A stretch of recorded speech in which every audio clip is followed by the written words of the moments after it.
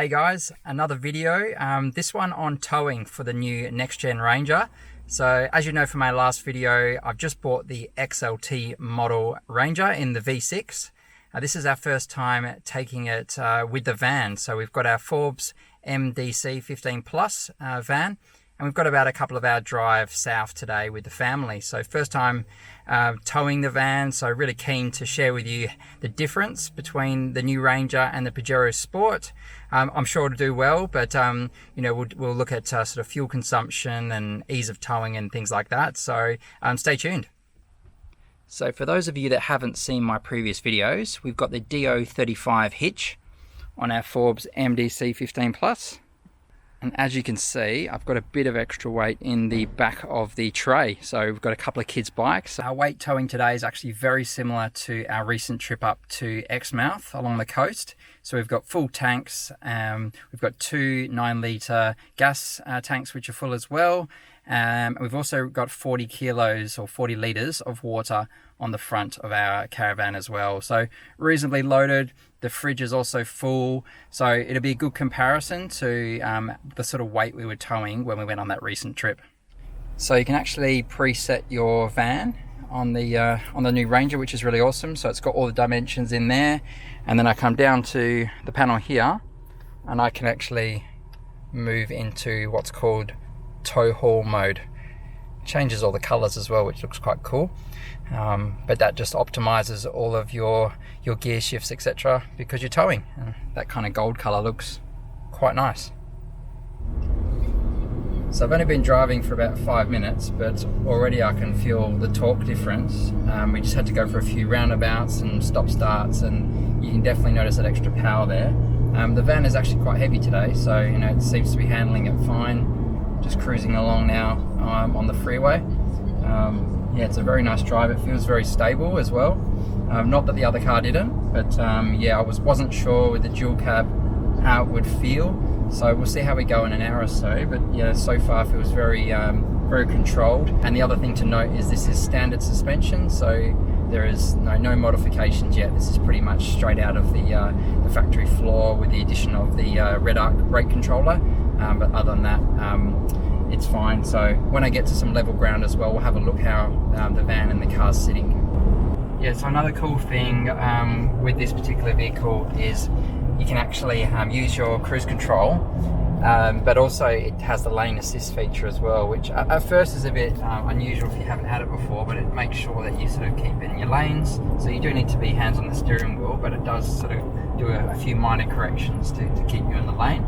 And yeah, the adaptive cruise control works really well. So I've got it set at 80 at the moment, and it's just kind of keeping that distance in front. We're about, I'd say about 30 minutes into the drive so far, and I'm actually quite surprised at the fuel economy. It's telling me it's 14.3 litres per 100 kilometres. Obviously we're going 80, so that's going to be lower, but that is really, really good. So we'll do another update once we get to camp, but yeah, so far so good.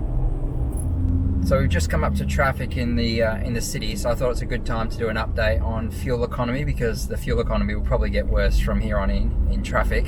13.2 litres per 100 kilometres. That's incredible.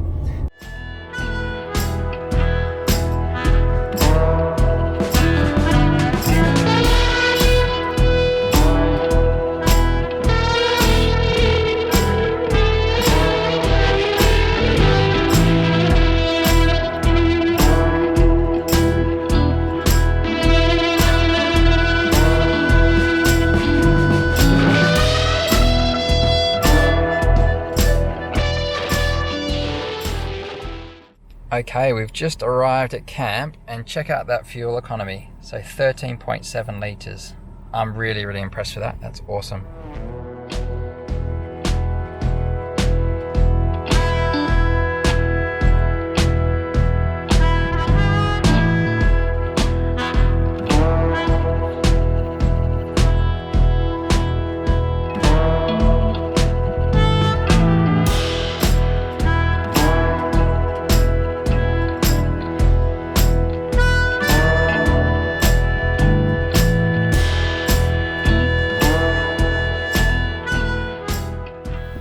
It's the next morning and we're all set up for a couple of days of rest and relaxation, which will be nice.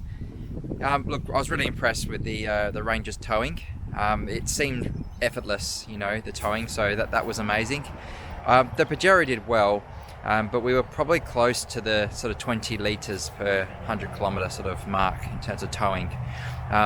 You need to remember though, that vehicle was modified, so it was a fair bit of weight on there. You know, it had a bull bar winch, there was a half rear drawer, you know, had the bigger tyres, so it's running almost 33-inch tyres, had the lift, etc. So it's not a straight line comparison, and they are very different vehicles, but you know, it gives us a gauge that this will be quite economical towing, and will be very capable because it was quite an effortless, you know, tow performance, which is great. So this will be modified.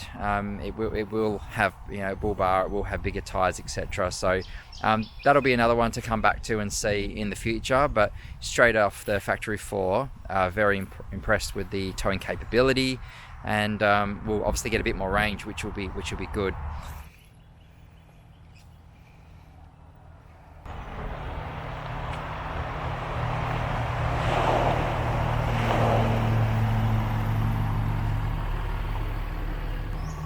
In stock form, the Ranger actually sits pretty well with our van on the back. Slightly down on the back, but only marginally, so which is good. It probably could benefit from some airbags or some stiffer springs in the future, but that's not something we have to do immediately. So that's great. Look, I think this is a bit of a game changer, guys, for the ute towing segment. Love to know your thoughts. Pop them below in the comments. Do you think this is the new game changer, or do you think, you know, the other manufacturers are going to be coming out with something better in the future? Let us know. Cheers. Bye.